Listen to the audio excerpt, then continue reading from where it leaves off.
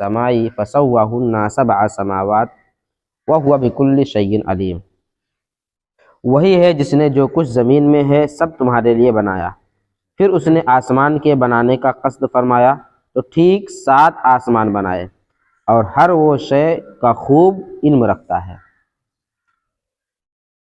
तमाम इंसानों को फरमाया गया कि ज़मीन में जो कुछ दरिया, पहाड़, काने, खेती, समंदर वगैरह हैं, सब कुछ अल्लाह ताला ने तुम्हारे दीनी और दुनियावी फ़ायदे के लिए बनाया है। कायनात में जो कुछ भी नज़र आता है सब अल्लाह ने अपने बंदों के फ़ायदे के लिए बनाया है। दीनी फ़ायदा तो यह है कि ज़मीन के अजायबात देखकर, दीनी फ़ायदा क्या है? ज़मीन के अजायबात देखकर तुम्हें अल्लाह ताला की हिकमत और कुदरत की मारिफत हासिल हो। जो अजूबे आप देख रहे हैं ज़मीन पर, अजायबात किस्म किस्म के, उसको देख करके आपको अल्लाह ताला की हिकमत और कुदरत की मारिफत नसीब हो, यानी अल्लाह को पहचानो, इसको बनाने वाला कोई ना कोई है, और वो कौन है? वो अल्लाह की ज़ात है। और दुनियावी फ़ायदा ये कि दुनिया की चीज़ों को खाओ, पियो और अपने कामों में लाओ।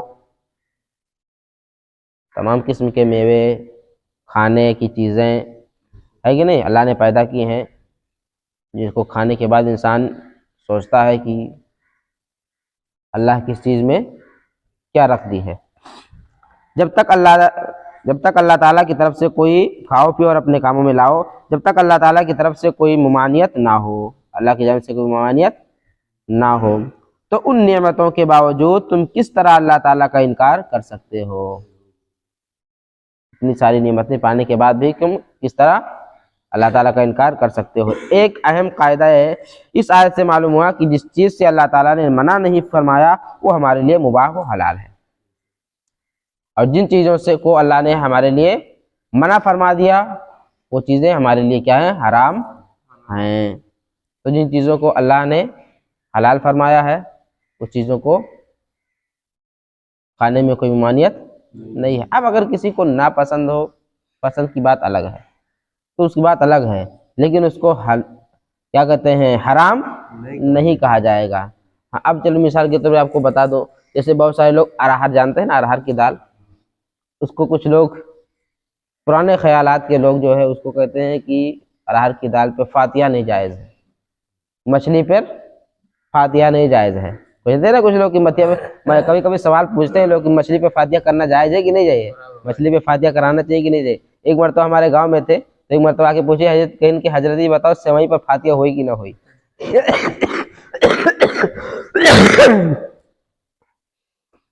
तो उन्होंने कहा खा सकते हो, फातिया खाने में क्या दिक्कत है? अरे भाई सेवई तो और अच्छी चीज़ है, मीठी चीज़ है, तो उस पर क्यों कर फातिया जायज़ नहीं है?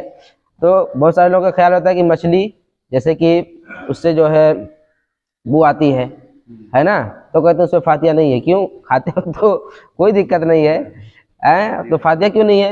हलाल शय जो भी है अल्लाह ने हमारे लिए हलाल की है, उसको खाना भी दुरुस्त है और उस पर फातिया भी दुरुस्त है। अब चाहे वो अरहर की दाल हो, चाहे वो मछली हो, तो अल्लाह ने उसे खाने का हुक्म फरमाया है, खाना हलाल है तो उस पर फातिया भी हलाल है। वह हुआ बिकुल्लि शैइन अलीम। और लोग ख्याल कहते हैं अरहर की दाल जो है वो क्या कहते हैं, जो यादव समाज होते हैं उनको हिंदू क्या कहते हैं, यादव कहते हैं ना, अहिरिन बोलते हैं, हमारे उधर अहिर बोलते हैं उनको, यादव समाज को। तो कहते हैं वो गैर समाज के उसको समाज में गिनती कर दी है।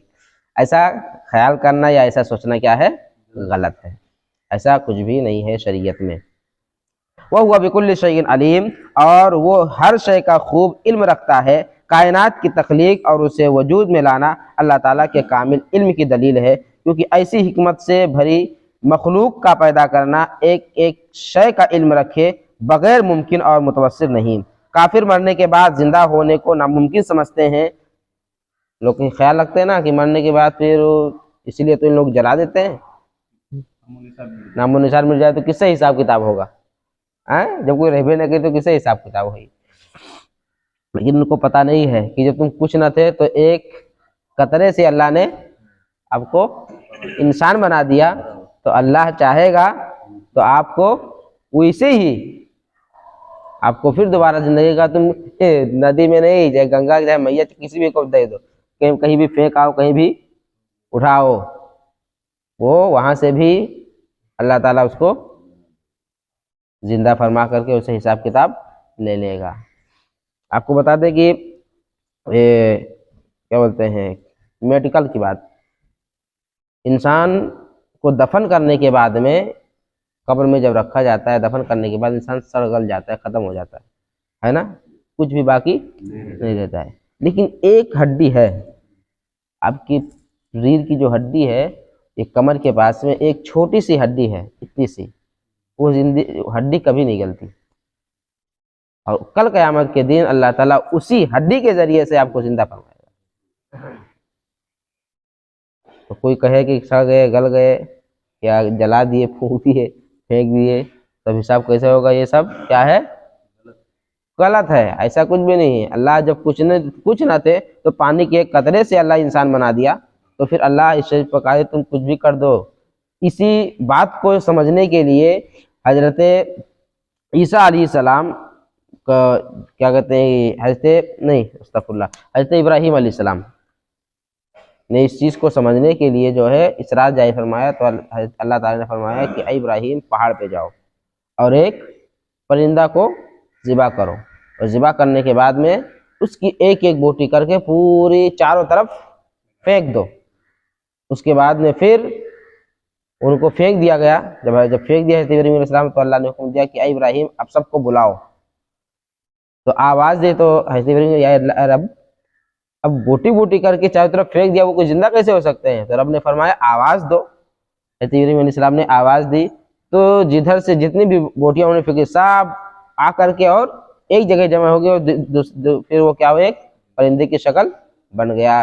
अल्लाह ने फरमाया कि इसी तरीके से कल क़यामत के दिन मैं अपने बंदों को उठाऊंगा और उनसे हिसाब किताब लूंगा।